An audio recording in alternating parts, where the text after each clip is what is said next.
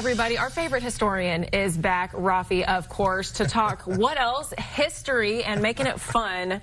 So what are we talking about? Rough Riders, of course. Yeah, Texas ties. So that's really, of course, valuable to talk about here. The legendary Teddy Roosevelt's, the triple R, you know, Roosevelt's Rough Riders. RRR, which I like, Raffi being my name. So, hey. Yeah, it all works out. I love it. I love it. Okay, so let's just kind of start at the beginning, you know, where they came from, why were they formed? Yeah. So who the Rough Riders are and where they came from, in part, is from Texas. Now, what's interesting, to give you the background to that of how they came about, to your point, is the fact that Teddy Roosevelt, in the late 1890s, he's the Assistant Secretary of Navy. He's not president yet. Okay. And as the Assistant Secretary of Navy, as they kind of, this war is percolating, the Spanish-American War that's going to later happen, he's kind of lobbying for creating this separate regiment, the volunteer regiment as it's known, meaning soldiers that are not professional soldiers, okay? Oh, wow. So he wants citizens to come up as soldiers in support of this. Now, he himself only had experience for 3 years as a National Guardsman out of New York, so he's not a particularly military guy. Right. But he's friends with a war hero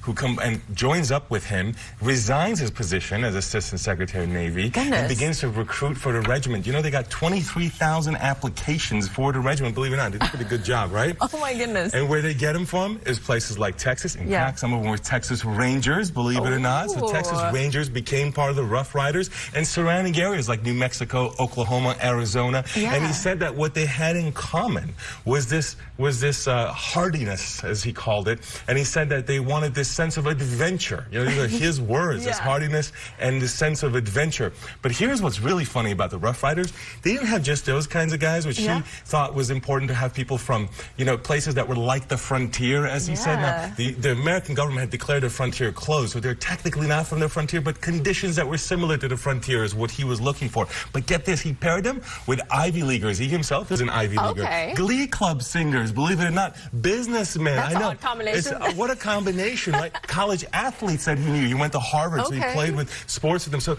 it's a mishmash of people, but unified by their sense of adventure. Now, you know where they trained? Here in Texas, in San Antonio is where they did the training. And the training was so good under Teddy Roosevelt and the war hero that he connected with, that they actually went on to fight in the Spanish-American War. Most volunteer regiments did not get that opportunity, but the training was strong enough that in their case they did. And they saw their initial action at the Battle of San Guasimo, which was not particularly consequential, but consecrated them in the battlefield, which turned out to be a very important thing, because that got pressed, of course, because, you know, he was, there they are, by the way, on the screen. Teddy Roosevelt in the front, there's Teddy Roosevelt there. And it was really important because it got a lot of attention, and Teddy Roosevelt, believe it or not, in that battle, almost got killed. There were splinters that came on his face from the tree that was eating bullets right next to him.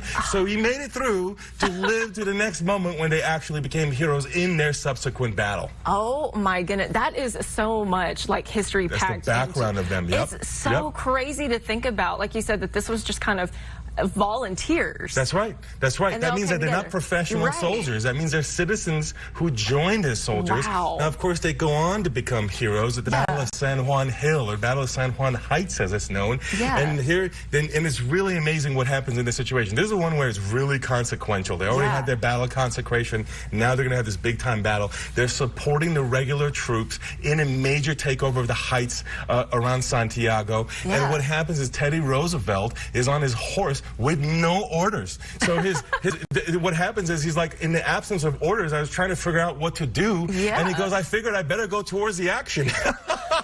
So he's commanding his men on foot to go towards the gunfight, going up a hill. After multiple charges, the Rough Riders helped take over. They're actually some of the first people at the top of those heights because of those supporting charges that they do. And that makes them into huge national heroes and the legends that they become. Teddy Roosevelt was a great rider, by the way, too. That also helped make it a huge thing, because becoming national heroes because of the Battle of San Juan Hill, which is really amazing. Teddy Roosevelt later called called that the great day of my life. That's what he called it. Well, that's how much he wanted to participate in this battle. And he got what he wanted. 100 years later, believe it or not, he got the Medal of Honor for that action. He was dead, but 100 years later, in 2001, he got the Medal of Honor. A few weeks later, the Spanish surrendered in the Spanish-American War. So you think that battle had some impact? Absolutely it did. Absolutely. Oh, my goodness. Okay, I'm still reeling from this, folks. We're going to take a break, but don't worry. Raffi's still going to be here when we get back. Okay, everybody, we are back with Raffi now. Okay, we got to talk about these coins and your style. You're styling today with the ball cap. That's right. So these coins are Teddy Roosevelt in the silver coin from the United States Mint. If you go to usmint.gov, you can actually go get some for yourself if you like. They just came out in the last few weeks. There's a American Presidential Series silver coins that the U.S. Mint is doing. They're releasing for a year, since for the past several years they're up to Teddy at this point. Okay. And so they'll continue to do so all the way till they get current. So if you like, whatever your favorite president is, you can go get the silver coin. Here's Teddy Roosevelt himself, of course, that just came out. I think particularly relevant with the Rough Riders. Exactly. And what's interesting about my hat that you point out, this is from the Los Alamos History Museum in Los Alamos, New Mexico, famous for as the birthplace of the atomic bomb. I used to work at that museum, at the Los Alamos Historical Museum, so hence my ball cap. The reason that matters is because there was something there known as the Los Alamos Boys Ranch School that a lot of people don't know about, predated the Manhattan Project. And at the Ranch School, which was established in 1919, so shortly after Teddy Roosevelt died, there was this effort to create young boys becoming men. It was a college prep school in the image of Teddy Roosevelt, inspired by the Rough Riders. I kid you not. Oh my goodness. This is in Los Alamos at the Boys Ranch School. So what they did, what that means is, they did an elite liberal arts education, preparing them for the elite Ivy League schools of the East Coast. Some of the famous people out of there, Gore Vidal, a famous author, you may have heard of him. Bill Veeck, a famous baseball executive who won the World Series actually with the Cleveland Indians in the late 1940s. Yep. William S. Burroughs, the voice of the Beats generation of the writers, the Beat. There's plenty of famous people that came out of there, believe it or not.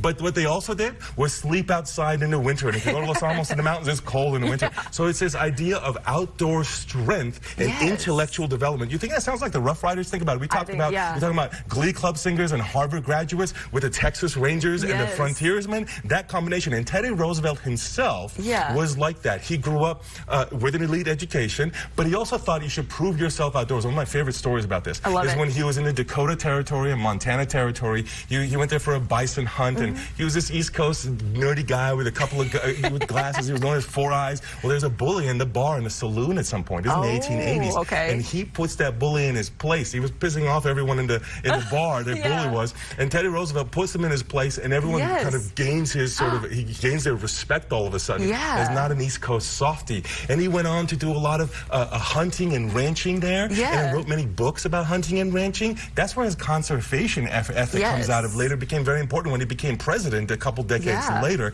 And so the story of the outdoors, the hunting, the ranching, this toughness combined with intellectual development carries through creating little Teddy Roosevelt at the ranch school and carries through in the Rough Riders composition themselves. I think it kind of reflects that Roosevelt image. So that's how I would tie these stories together. Now here's what's interesting. One more thing on that school. Is there were 50 buildings by the early 1940s that were part of the Ranch School, and the Manhattan Project, which is the project that created the atomic bomb, came into town. It was a federal government kind of takeover of that land, the district, and part of the reason that they chose the location they did was because the Ranch School was there. It was an isolated area, but also had infrastructure there, including solid buildings to house the scientists. They were wrong in the sense that they needed thousands more later on. They kind of miscalculated how much housing they needed. But when that happened, the housing was very cheap. So the Ranch School stuff was stone, so it became kind of revered housing, desired housing. So Oppenheimer himself stayed in the stone houses in the Ranch School, believe it or not, and it became known as Bathtub Row because those are the only houses that had the luxury of a bathtub across all of Los Alamos when it became just cheap government housing that was being put up in a short period during World War II. So the story of the atomic bomb ties to our Rough Riders as well. That is great. Everything's so connected and so much history in our backyard. Okay, well, everybody, we're going to have Raffi back. He's going to bring us more history, but we do have to let him go. He's got another appointment. So thanks for coming and sharing with us. Thank you. Specialist share to Rough Riders right here in Texas. Right here in Texas. We love it. Well, hey, folks, we have to take a quick break, but we'll be right back after this.